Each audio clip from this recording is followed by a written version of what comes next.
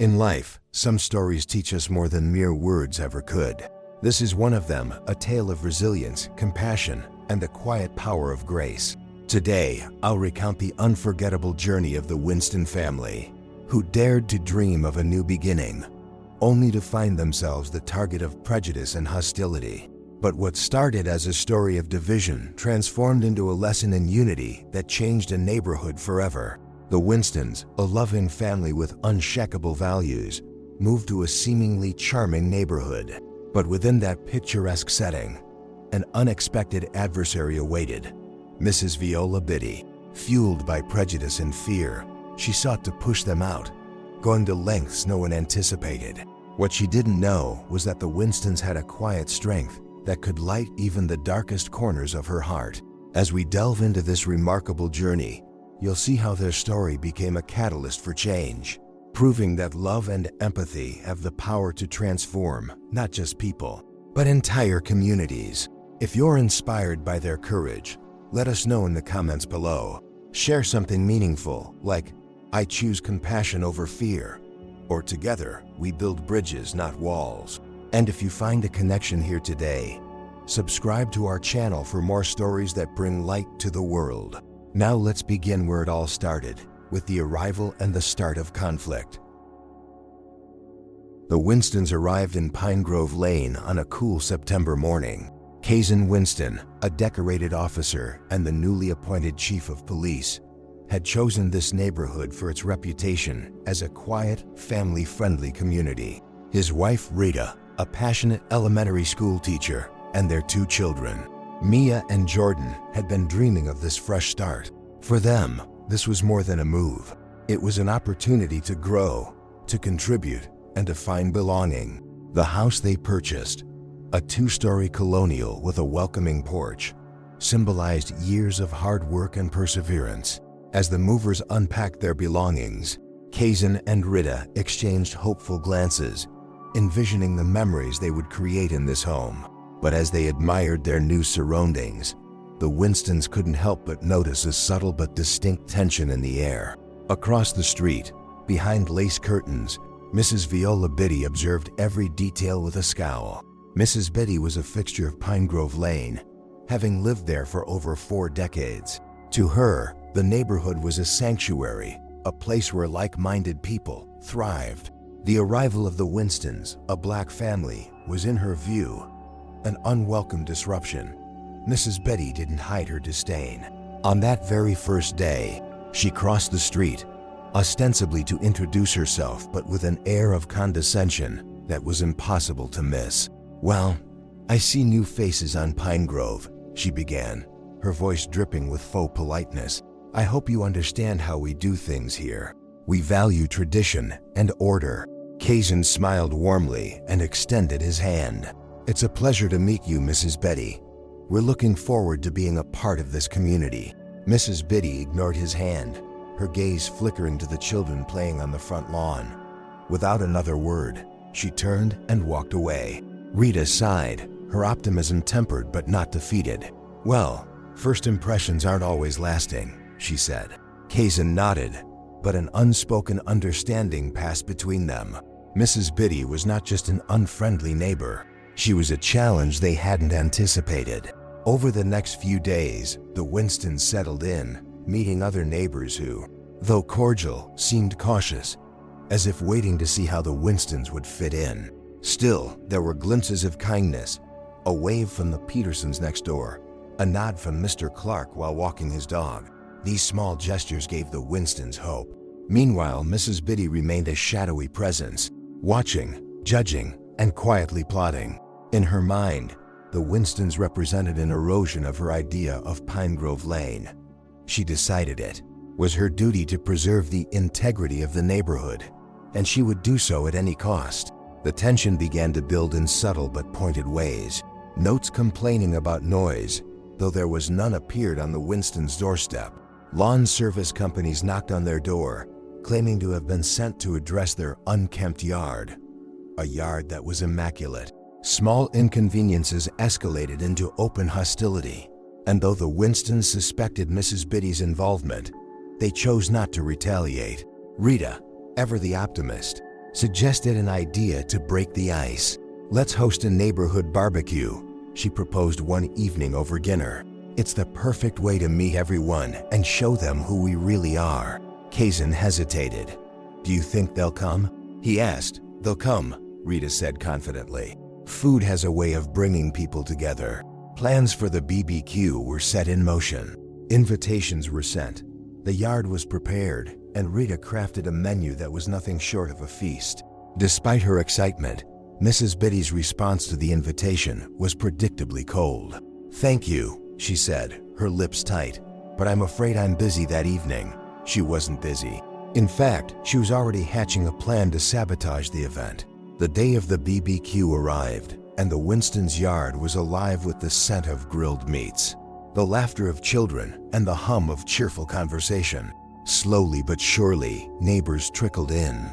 Drawn by curiosity and the irresistible aroma of barbecue, Mrs. Biddy watched from her window, her expression sour. She picked up her phone and dialed. "Hello, yes, I'd like to report suspicious activity at 24 Pine Grove Lane. It seems there's a disturbance." As the sound of sirens approached, Mrs. Biddy smirked. She imagined the chaos that would unfold, the neighbors whispering about how those people didn't belong. What she didn't know was that her carefully laid plan was about to backfire spectacularly. As the police cruisers pulled up, the joyful BBQ was interrupted by an air of tension. But when the officers stepped out, recognizing Kazan as their new chief, everything changed. The Winstons' grace in handling the situation would reveal not only Mrs. Biddy's true nature, but also the cracks in the neighborhood's facade. What happens next will redefine Pine Grove Lane and Mrs. Biddy's role in it. Stay with us as we uncover the unexpected twist that turned the tide. The day after the barbecue was a mix of emotions for the Winstons. While the event had been a success in many ways, the sudden arrival of the police lingered in their minds. Kazan, with his steady demeanor, reassured Rita and the children that everything would be fine. Still, there was an unspoken acknowledgement between the couple. Their journey to integrate into Pine Grove Lane would not be without challenges. For Rita, hope was an anchor. She believed in the goodness of people, even when it wasn't immediately visible. Over breakfast that morning, she shared her reflections with Kazan. "We've planted a seed," she said, her voice steady but tinged with vulnerability. "It might take time, but I think some of the neighbors saw who we are, not who they feared we might be." Kazan nodded. "True, but Mrs. Biddy, she's not going to make this easy." I saw the way she looked at the officers when they greeted me. That wasn't just embarrassment, it was anger. Rita placed her hand on his.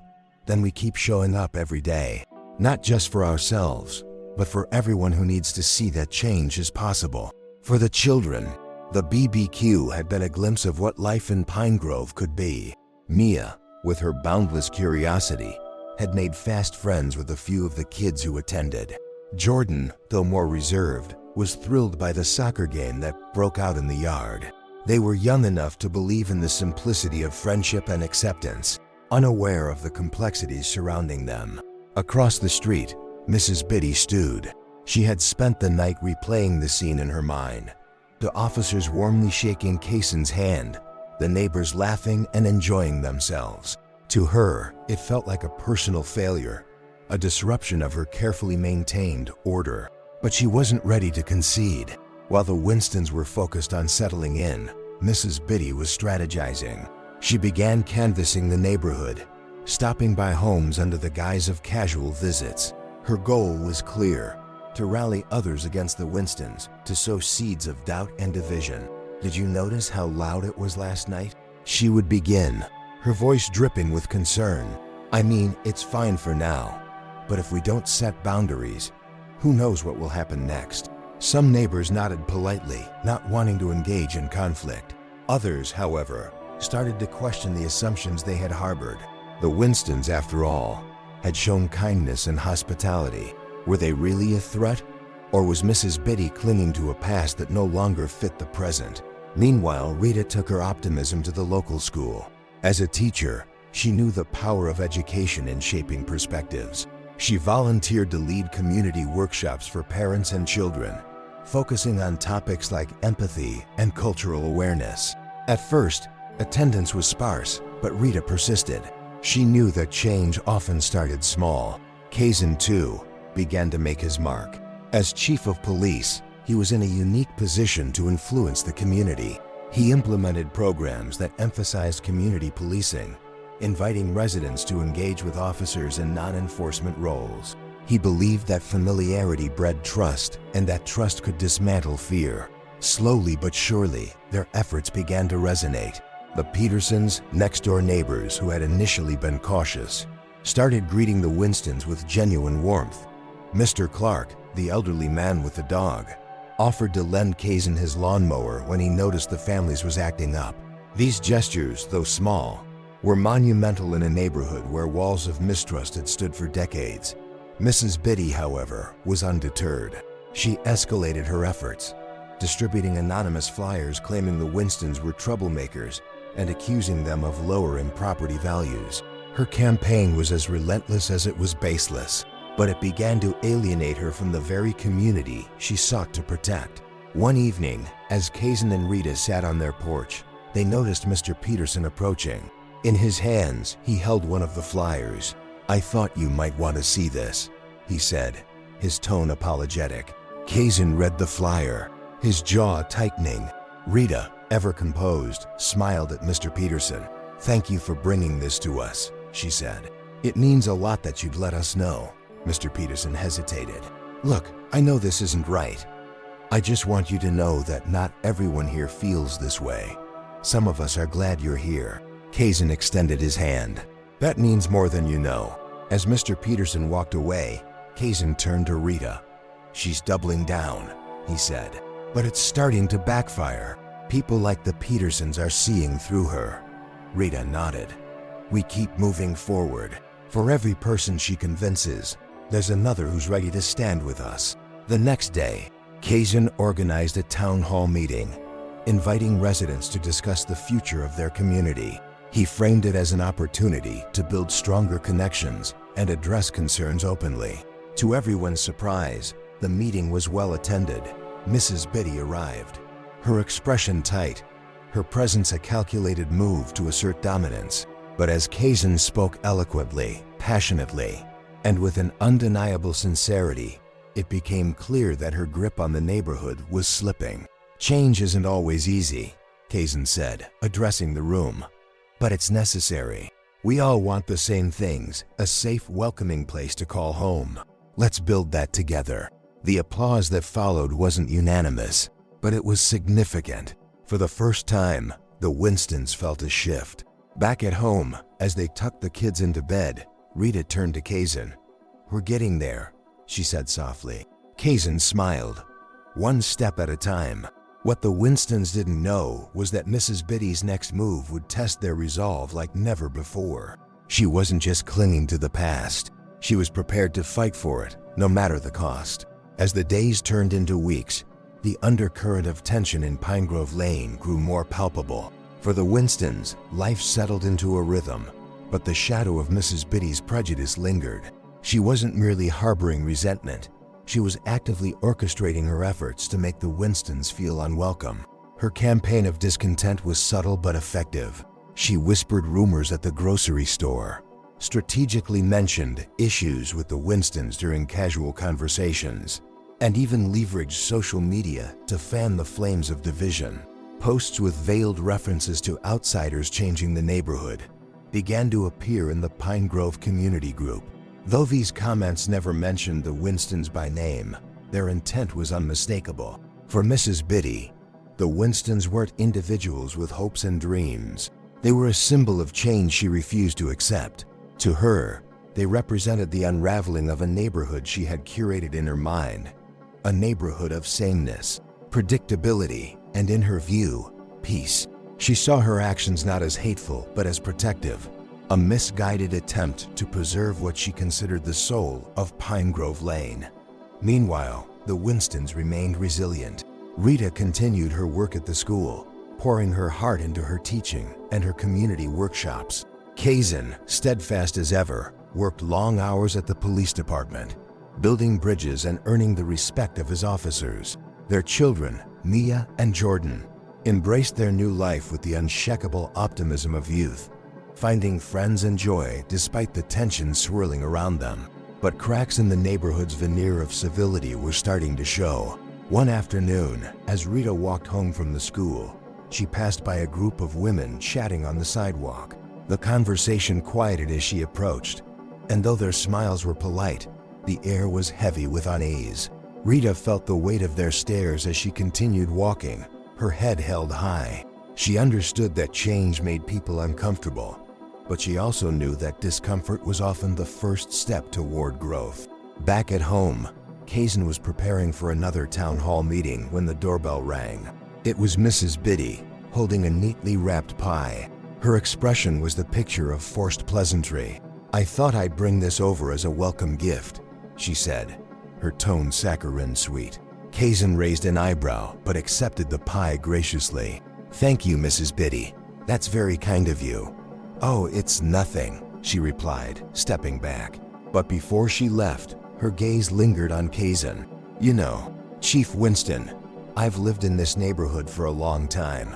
I've seen how quickly things can change if we're not careful." Kazan met her gaze evenly.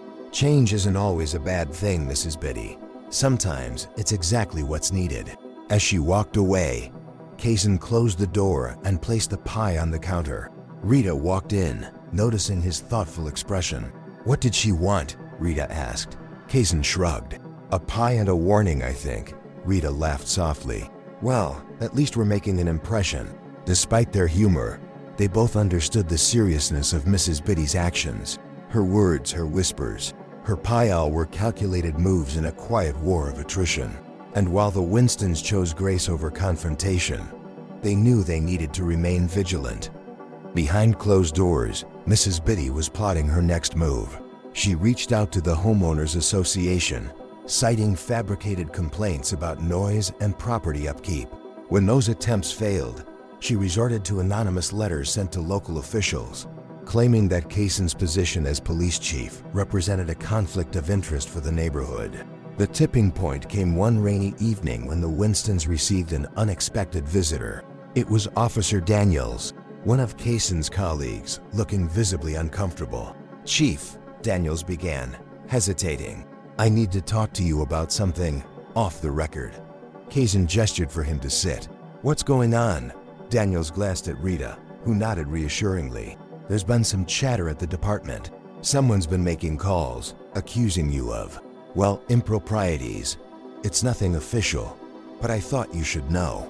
Kazan leaned back in his chair, his jaw tightening. "I appreciate you letting me know, Daniels." Rita placed a hand on Kazan's arm. "This is Mrs. Biddy's doing," she said softly. "I know," Kazan replied, "and we're not going to stoop to her level. We'll let our actions speak for themselves."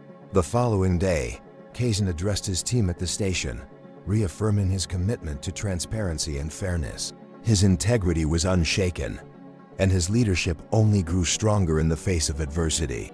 Rita, inspired by her husband's resilience, redoubled her efforts at the school. She organized a community art project, inviting families to contribute pieces that represented their stories.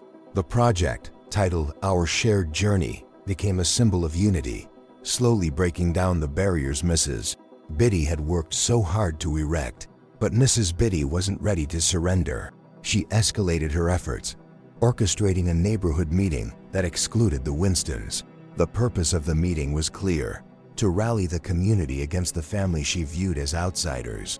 What Mrs. Biddy didn't anticipate was the growing number of neighbors who had come to see the Winstons for who they truly were. At the meeting, when she began her tirade against the family, Mr. Peterson stood up. "With all due respect, Mrs. Biddy," he said firmly, "this isn't who we are as a community. The Winstons have done nothing but show kindness and grace, even in the face of your hostility. Maybe it's time we ask ourselves who's really causing the division here."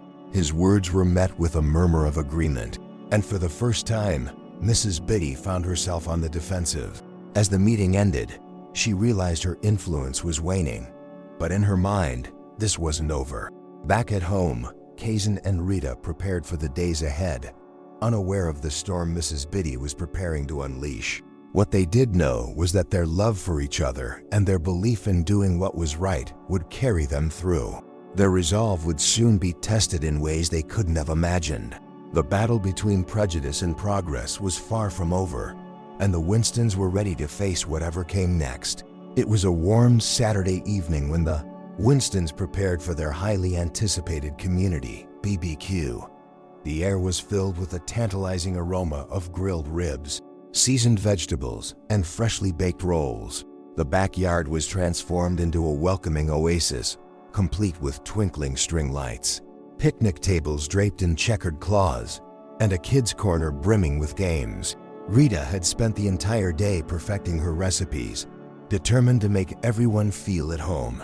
Kazan had taken care of the logistics, ensuring there was enough seating, the beverages, and music to create an atmosphere of joy and camaraderie. Their children, Mia and Jordan, buzzed with excitement, eager to play host to their young friends. As the first neighbors began to arrive, the mood was light and cheerful. Smiles and handshakes were exchanged, conversations blossomed, and a sense of curiosity seemed to soften the initial hesitations many had harbored. Rita's warmth and Kazan's steady charisma worked in tandem to bridge the unspoken divide. But not everyone shared in the evening's positive energy. From her vantage point behind the curtains, Mrs. Viola Biddy watched with mounting resentment. The sight of her neighbors mingling with the Winstons, laughing and enjoying themselves, was a blow to the fortress of control she had built over the years. She felt her influence slipping away, and in her mind, something had to be done. She reached for her phone and dialed, her voice dripping with manufactured concern. "Yes, I'd like to report suspicious activity," she began. "There's a large, noisy gathering at 24 Pine Grove Lane, and I'm worried it might get out of hand." She hung up, a satisfied smirk on her face. In her mind, this was the moment she would expose the Winstons as troublemakers, solidifying her narrative. Back at the BBQ, the atmosphere continued to thrive. Laughter echoed as Kazan manned the grill, chatting with neighbors who seemed genuinely interested in getting to know him.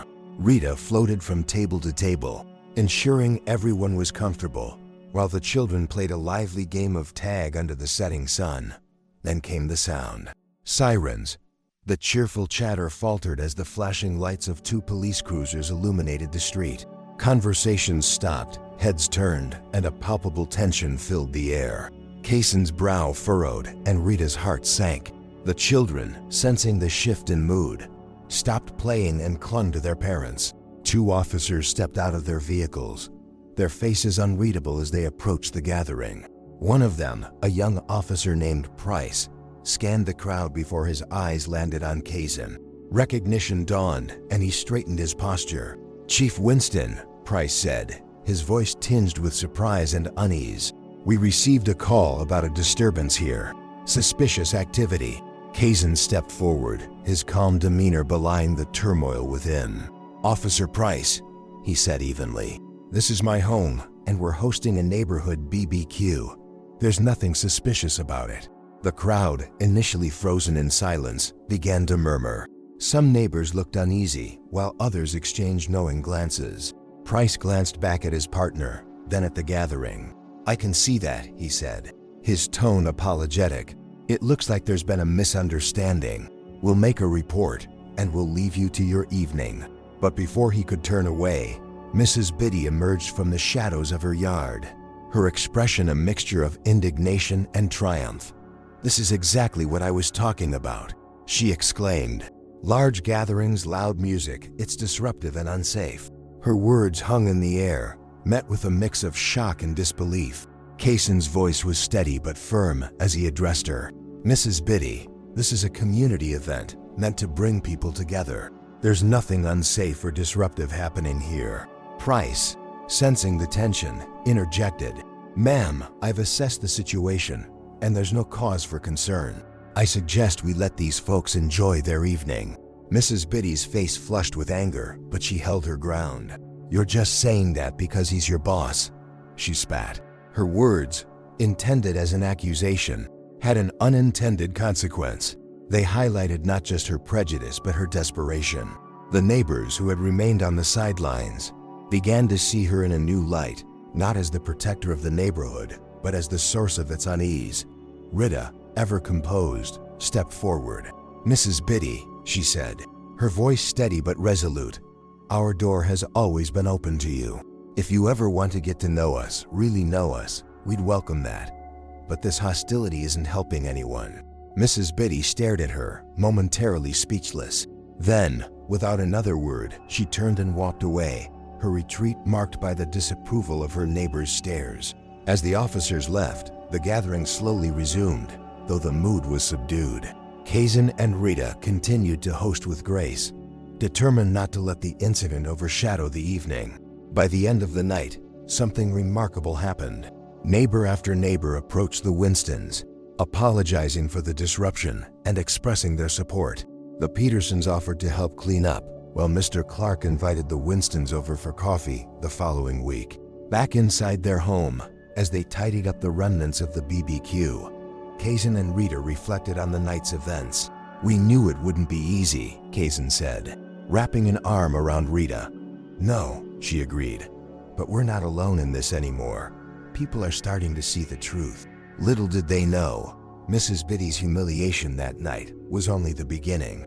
What came next would not only test their resilience further, but also reveal just how much their quiet strength could transform a community. The morning after the BBQ, Pine Grove Lane was unusually quiet. The scent of charred wood and lingering laughter had long faded, leaving only the hum of suburban routine. For the Winstons, it was a chance to regroup and reflect, but for Mrs. Biddy, it was a day of bitter reckoning. The events of the previous evening had not gone as she had planned. Her attempt to shame the Winstons had instead exposed her prejudice to the entire neighborhood. Though she kept her blinds drawn and phone lines busy with whispered complaints to her few remaining allies, Mrs. Biddy was no longer the unquestioned gatekeeper of Pine Grove Lane. As the Winstons gathered around their breakfast table, Kazan, ever pragmatic, addressed the elephant in the room. "Last night didn't break us," he said, his tone calm but firm. "If anything, it showed us who's willing to stand with us. That's progress, even if it's slow." Rita nodded in agreement. "And some of those neighbors who spoke up? That took courage. They're seeing Mrs. Biddy for who she really is." But not everyone on the street was as vocal as Mr. Peterson or Mr. Clark. Many still hesitated to choose a side, caught between long-standing loyalties and the undeniable kindness of the Winstons. For those neighbors, the events of the coming days would provide clarity they couldn't ignore. Unbeknownst to the Winstons, the story of the BBQ had begun to ripple beyond the confines of Pine Grove Lane. Officer Price, shaken by the encounter, confided in his wife about the injustice he had witnessed. She, in turn, shared the story with a friend who worked at the local news station. By Monday morning, a segment titled "A Neighborhood Divided, One Family's Journey to Belonging" aired on the morning news, sparking a community-wide conversation about prejudice and resilience. The report was balanced and respectful, highlighting both the warmth of the Winstons' efforts and the challenges they faced. Kazan's role as police chief added an unexpected layer of complexity, casting Mrs. Biddy's actions in an even harsher light. The Winstons hadn't sought attention, but their story resonated with many who saw reflections of their own struggles in it. When Mrs. Biddy saw the segment, her anger boiled over. To her, the news coverage wasn't just a challenge. It was a direct assault on her version of reality. She doubled down on her efforts, calling for an emergency meeting of the neighborhood's homeowners association. At the meeting, held in the small community center at the edge of town, Mrs. Biddy's usual air of authority was replaced by an almost frantic energy. She paced the room, clutching a folder filled with complaints, most of which were exaggerated or outright fabricated. "These outsiders are ruining the fabric of our neighborhood," she proclaimed, her voice rising with each word. "They bring noise, disorder, and now the media's attention. We must act before it's too late." Her words were met with uneasy murmurs. The neighbors, once quick to align with her, now exchanged uncertain glances. The truth was, many of them had seen the Winstons for what they were: good people trying to build a home. Mr. Peterson stood, his voice calm but resolute. "With all due respect, Mrs. Biddy, The only one bringing disorder to this neighborhood is you. Last night, the Winstons showed us nothing but kindness and hospitality, despite the way they've been treated. Maybe it's time we stop clinging to the past and start embracing the future." His statement was met with scattered applause, a stark contrast to the silence that followed Mrs. Biddy's tirade. For the Winstons, news of the meeting reached them later that evening. Mr. Clark, who had attended out of curiosity, stopped by to share what had unfolded. "She's losing her grip," he said, sipping the tea Rita had offered. "The neighborhood is waking up to her nonsense. It won't be long before she's completely isolated." But Kazan, ever measured, wasn't ready to celebrate. "People like Mrs. Biddy don't just fade away quietly," he said. "We need to stay vigilant and continue showing who we are." In the days that followed, the Winstons' quiet strength continued to win over hearts. Rita's community workshops at the school gained traction, attracting families who were eager to learn and connect. Kazan's town hall initiatives fostered open dialogue, bridging gaps that had long divided the community. Even small gestures began to make a difference. A batch of cookies from the Johnsons down the street, a note of thanks from a young mother who appreciated Rita's workshop. Each act of kindness chipped away at the walls Mrs. Biddy had tried so hard to build. But the most unexpected twist came during a PTA meeting at the elementary school. Rita, as usual, was leading a discussion on cultural awareness when a familiar figure entered the room. It was Mrs. Biddy, her expression unreadable. The room fell silent as she took a seat at the back, avoiding eye contact. Rita, ever gracious, continued her presentation without missing a beat, though she couldn't ignore the weight of Mrs. Biddy's presence. When the meeting ended, Mrs. Biddy lingered. As the other attendees filtered out, she approached Rita, her movements hesitant and uncharacteristically subdued. I came to listen," she said, her voice barely above a whisper. Rita's surprise was evident, but she quickly recovered, offering a warm smile. "I'm glad you did," she said simply. Mrs. Biddy didn't stay long, but her presence at the meeting marked a turning point. Whether it was a genuine desire to change or merely an attempt to save face, her attendance sent ripples through the community. For the Winstons, it was a reminder that even the most entrenched beliefs could begin to shift under the weight of truth and kindness. What lay ahead for Mrs. Biddy in Pine Grove Lane was uncertain, but one thing was clear: the Winstons had sparked a transformation that no one could ignore. And while the road to unity was far from complete, the unexpected twist of Mrs. Biddy's tentative step toward understanding was a glimmer of hope in a journey defined by resilience and grace. For the Winstons, life on Pine Grove Lane had become a daily exercise in balance. The moments of support and kindness from some neighbors were a balm, but the undercurrent of tension, especially with Mrs. Biddy, remained a reality they couldn't ignore. Yet in every challenge, Kazan and Rita found strength, not just in their love for one another, but in the values they instilled in their children and their unwavering commitment to what was right. Mornings in the Winston household were a reflection of their unity. Over breakfast, conversations were filled with encouragement and plans for the day. Rita, with her ever-optimistic spirit, would remind Mia and Jordan to focus on kindness and curiosity. "Not everyone will understand us right away," she'd say, "but that doesn't mean we stop being true to ourselves." Kazan, ever the pragmatist, reinforced lessons of resilience. "You'll meet people in life who challenge your worth," he told Jordan one morning. "It's not your job to convince them. It's your job to remember your own value." This foundation of love and support was not only a source of comfort for the children, but a fortress that helped the entire family weather the storms of prejudice and misunderstanding. At school, Mia and Jordan faced their own trials. Mia, with her natural ability to make friends, found herself navigating subtle but stinging remarks from a few classmates. "You're not like other kids," one girl had said, an innocent smile masking the weight of her words. Mia, thoughtful and perceptive, recounted the moment to Rita that evening. "What did she mean, Mom? Was it bad?" Rita took a deep breath, choosing her words carefully. "Sometimes people say things because they don't know any better. It's not always about you, sweetheart. It's about what they've been taught to see. but you can show them something different. Be yourself. Let them see the real Mia. Jordan, meanwhile, struggled in a quieter way. As a shy boy who loved books and puzzles, he often felt the sting of exclusion. But one afternoon, when he noticed a boy sitting alone at lunch, he mustered the courage to sit beside him. "You like comics?" Jordan asked, sliding his Spider-Man issue across the table. The boy's eyes lit up. "Yeah, I like Batman though." From that small act of bravery, a friendship blossomed. Jordan learned that sometimes breaking the ice was all it took to find connection, even in unlikely places. While their children faced their own challenges, Kazan and Rita were fighting battles on different fronts. At work, Kazan spearheaded a series of community outreach programs designed to bridge gaps between the police force and the community it served. He organized coffee with a cop events where residents could share their concerns and ideas in a relaxed setting.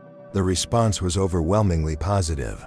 People who had once viewed law enforcement with skepticism began to see officers as allies rather than adversaries. For Kazan, it was a testament to the power of empathy and dialogue.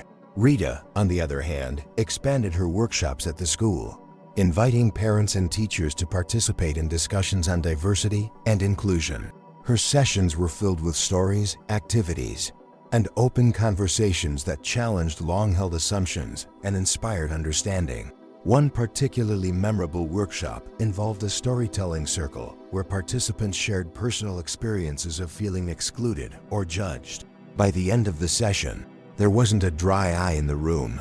"This," Rita said, her voice steady and full of conviction, "is how we grow, by listening, by understanding, and by choosing compassion over fear." Their efforts didn't go unnoticed. Letters of gratitude began arriving at their doorstep, often anonymous but always heartfelt.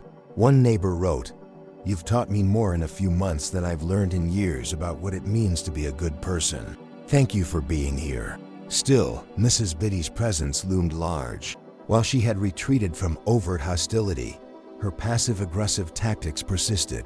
A pointed comment here, a cold stare there. It was clear she hadn't yet softened completely. But what Mrs. Biddy didn't realize was that her influence was fading.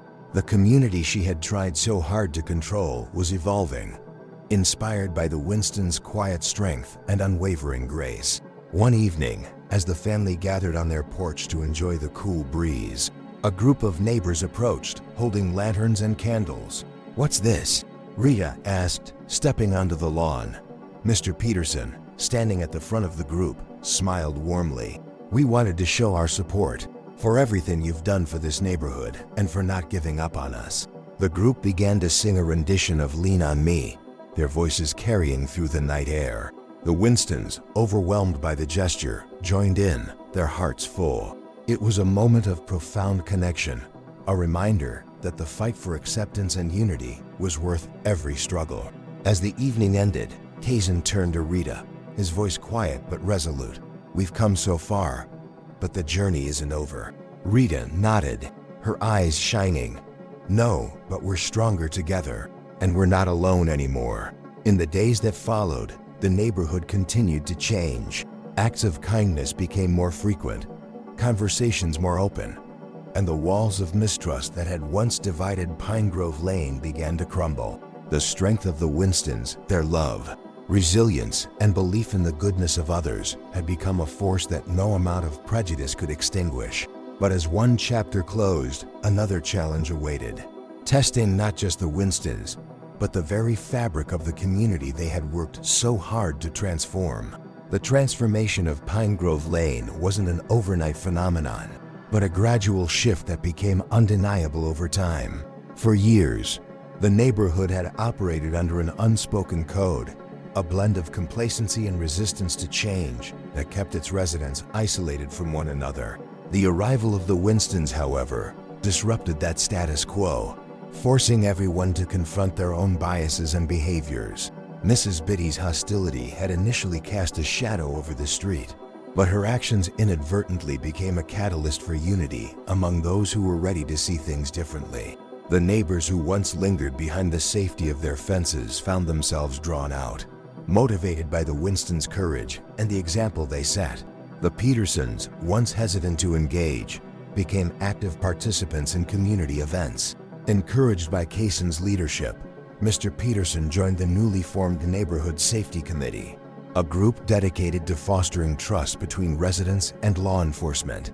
His wife, a talented baker, started organizing monthly potlucks where families shared meals and stories, bridging gaps that had long divided them. For the Clark family, the shift was deeply personal. Mr. Clark, the elderly man with the dog, began to share his own experiences with the younger generation. During one of Rita's workshops, he spoke about his childhood, growing up in an era of segregation and fear. "I've seen what division can do," he said, his voice heavy with emotion. "And I've seen what love can heal. The Winstons remind me of what's possible when we choose understanding over hate." These moments of vulnerability created ripples that extended far beyond Pine Grove Lane. Inspired by the Winston story, local leaders began to take notice. The mayor invited Kaysen to speak at a citywide event on building inclusive communities. Rita's workshops expanded to other schools, reaching parents and educators who were eager to create more welcoming environments for their children. Even those who had initially sided with Mrs. Biddy began to reconsider their positions. The Johnsons, who had quietly supported her efforts out of a misplaced sense of loyalty, approached the Winstons one evening with an apology. "We were wrong," Mrs. Johnson admitted, her eyes filled with regret. "We let fear guide us instead of reason.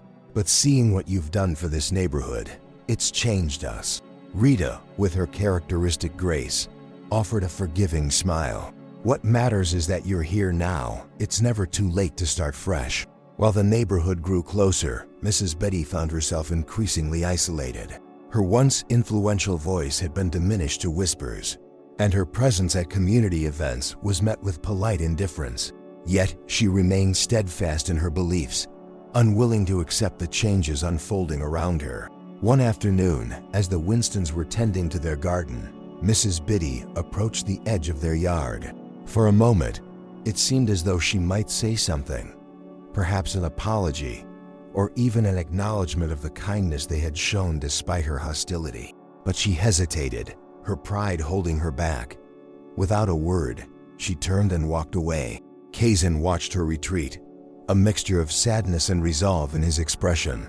"She's not ready," he said quietly to Rita. "No," Rita agreed, "but others are, and that's enough for now." The impact of the Winstons' presence was most evident in the children of Pine Grove Lane. Mia and Jordan's friendships with their peers had become a microcosm of the neighborhood's transformation. The kids, unburdened by the weight of history, embraced one another with a purity that often eluded adults. One day, as Mia played hopscotch with a group of friends, a boy named Ethan, who had once repeated his parents' prejudiced remarks, paused mid-game. "You know," he said, looking at Mia, "I told my mom that you're the best at hopscotch. She didn't believe me, but I think she's wrong about a lot of things." Mia smiled, her response simple but profound. "It's okay. Sometimes it just takes time." For Kaysen and Rita, these small moments were victories, proof that change, though slow and often painful, was not only possible but inevitable when met with patience and perseverance. The neighborhood began to take on a new identity, one defined not by its divisions, but by its unity. The annual block party, once a perfunctory affair, became a vibrant celebration of diversity and connection. Families shared recipes from different cultures, children performed skits about kindness, and music filled the air as barriers dissolved into laughter and joy. Pine Grove Lane was no longer just a place to live. It had become a community. Yet, even as progress blossomed, challenges remained. Mrs. Biddy's continued defiance served as a reminder that prejudice couldn't be eradicated entirely, only diminished through consistent effort and example. The Winstons understood this, choosing to focus not on the resistance they faced, but on the lives they had touched and the future they were helping to shape. As the seasons changed, so too did the dynamics of the neighborhood. The Winstons, once seen as outsiders, had become a cornerstone of Pine Grove Lane. Their journey wasn't just a story of overcoming adversity. It was a testament to the strength of compassion and the enduring power of hope. But as they stood on their porch one evening, Watching the neighborhood hum with life and connection, Kazan and Rita knew their work wasn't finished. In every triumph, there was a call to continue, to build on what they had started and ensure the legacy of their efforts endured. And while Mrs. Biddy's shadow still lingered, the light of unity shone brighter, illuminating a path forward for a neighborhood and a world learning to embrace the beauty of its differences. As the community around her flourished, Mrs. Viola Biddy found herself trapped in a world of her own making.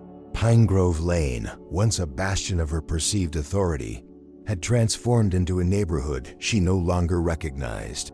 The cheerful gatherings, the diverse voices, and the open camaraderie between neighbors stood in stark contrast to the rigid order she had clung to for decades. It wasn't just the Winstons' presence that unsettled her. It was the realization that her grip on the community was slipping. She had spent years cultivating an image of herself as the matriarch of Pine Grove Lane, the protector of its traditions. But in the wake of her failed attempts to undermine the Winstons, that image had begun to crumble. Her decline was not dramatic, but gradual, a series of small, isolating moments that revealed just how far she had drifted from the people around her. The first sign came during the monthly book club meeting she had hosted for years. Once a lively affair where her opinions were rarely challenged, the meetings had become subdued. Neighbors who once eagerly attended now found polite excuses to decline. The discussions, once dominated by Mrs. Biddy's critiques, shifted focus as attendees became less inclined to indulge her controlling tendencies. One evening, as the group discussed a novel about forgiveness and redemption, Mrs. Biddy's frustration boiled over. "This story is nonsense," she said sharply. "People don't change. They pretend to, but deep down, they stay the same." There was an uncomfortable silence before Mrs. Peterson, always diplomatic, responded, "I don't think that's true, Viola. I've seen people change when they're given the chance and the support they need." Though Mrs.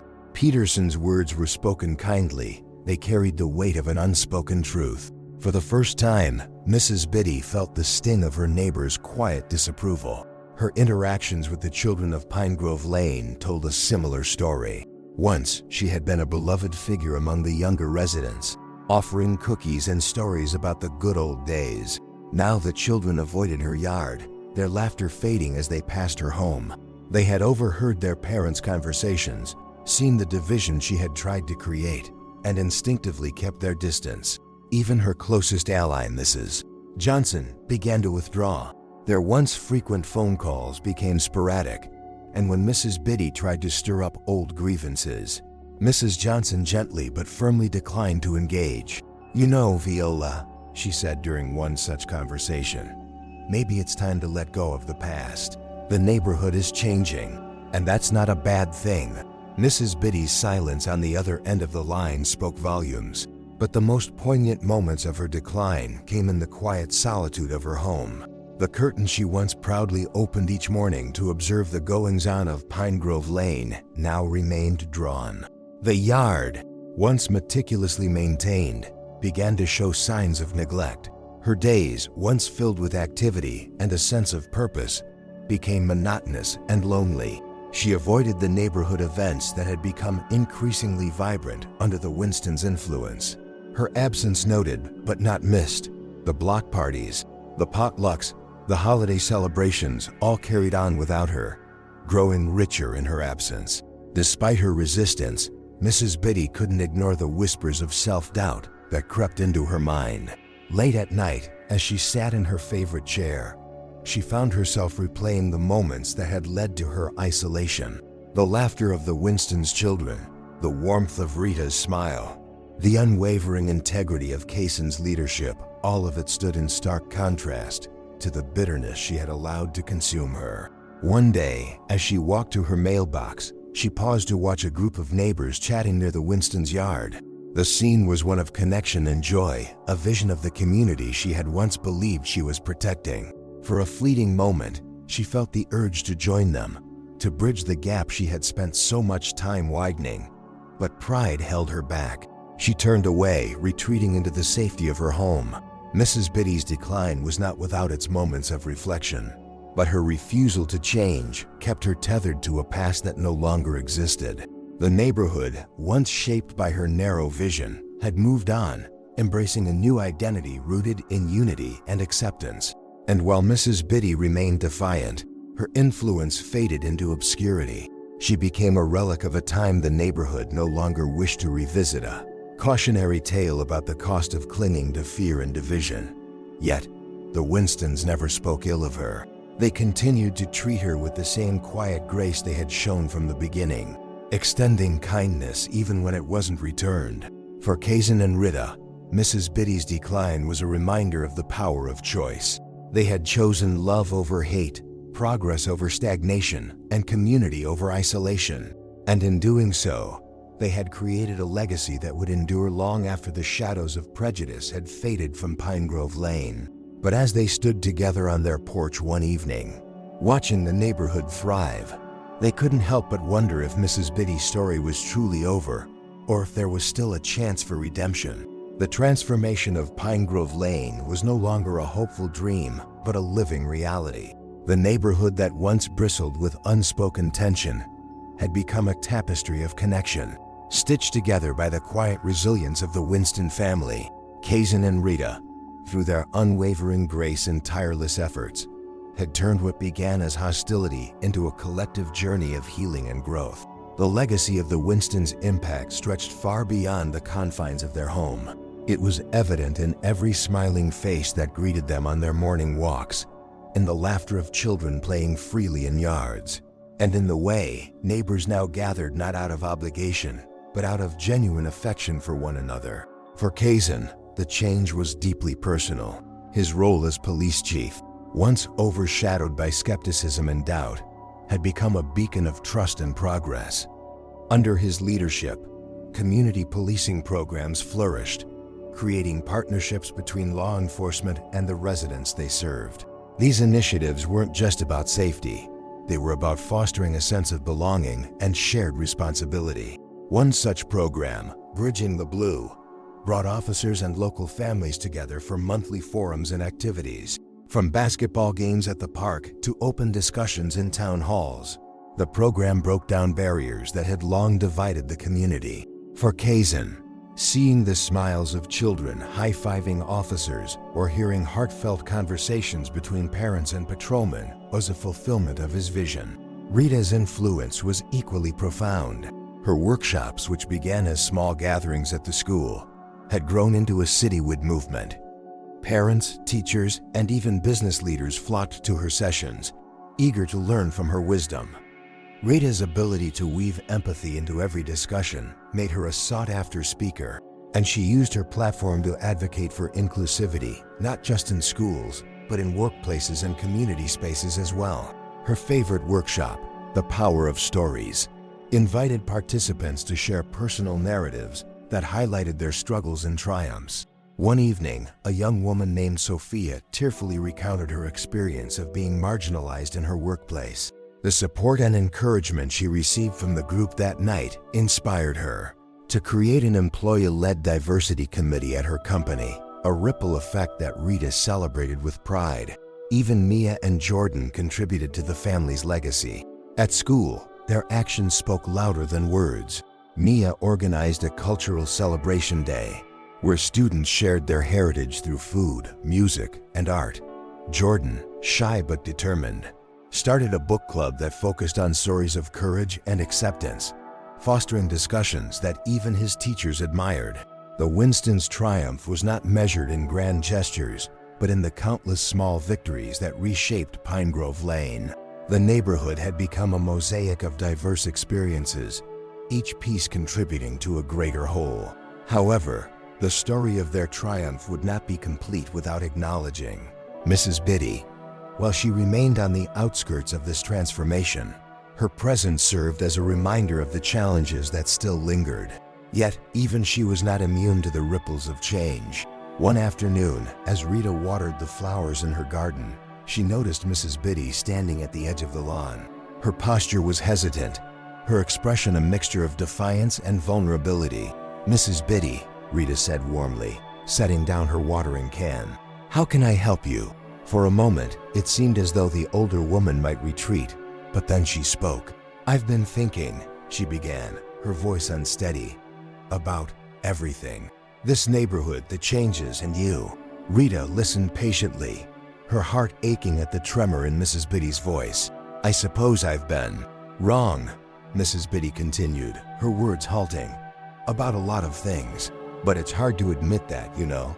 Rita's smile was gentle but firm. It's never too late to change, Mrs. Biddy. And it's never too late to join us. The exchange didn't resolve years of animosity, but it marked a beginning, a tentative step toward reconciliation that Rita cherished as much as any grand victory.